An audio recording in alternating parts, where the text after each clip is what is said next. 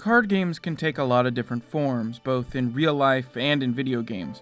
You can go anywhere from the most basic card games played with a basic deck of cards like War, all the way up to complex games that use their own specialized cards and rules so arcane that no outsider could hope to ever understand them. The use of cards in a creation of a game is probably one of the most freeing design choices that you can make, while still maintaining a sort of tactile feel. And a lot of video games that really have almost nothing to do with being a card game have adopted cards as a way to simplify the act of collecting. Something the game I'm looking at today, Ironclad Tactics, does quite readily. At its core, it's a sort of hybrid turn-based real-time strategy game, but all of your units and abilities are represented by cards. But first, let's touch on that strategy element.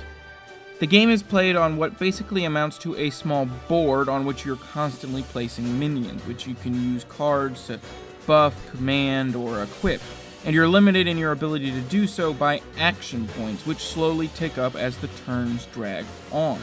Every so many seconds, another one of these invisible turns goes by.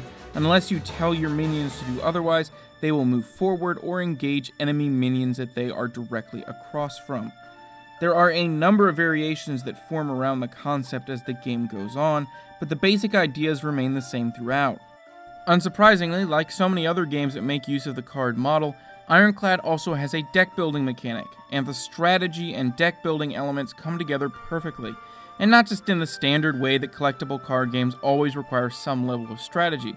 Building a good deck for each mission quickly becomes crucial to your success.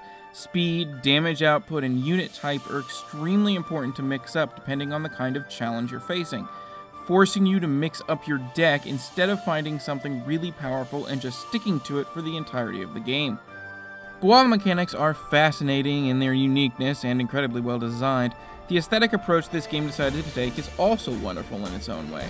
Set in a steampunk version of the American Civil War, the game hits all the usual steampunk tropes with robotic automatons, trains, steam-powered weapons, and it wraps it all in a sort of comic book style. The visual approach that Ironclad takes is very reminiscent of a number of other games, but it probably reminds me most of something like Might and Magic Clash of Heroes, which probably has quite a bit to do with the similar natures of these games. But Ironclad does have a bit more of a cartoonish tinge to it. The events going on here aren't exactly what I'd call light, even though there is plenty of humor to be had in the game's cutscenes, but the style gives the proceedings a much lighter air than you'd expect. Ironclad Tactics is an almost shockingly deep strategy game with a ton of different elements, something that would have been an absolute disaster in the hands of lesser developers. And it's not without its problems, most of which are inherited from the genres it borrows from so liberally. It has all the standard problems of a CCG, for example, and the sort of issues that deck building can bring to any game. The balance of different cards and the balance of different builds can be completely out of whack.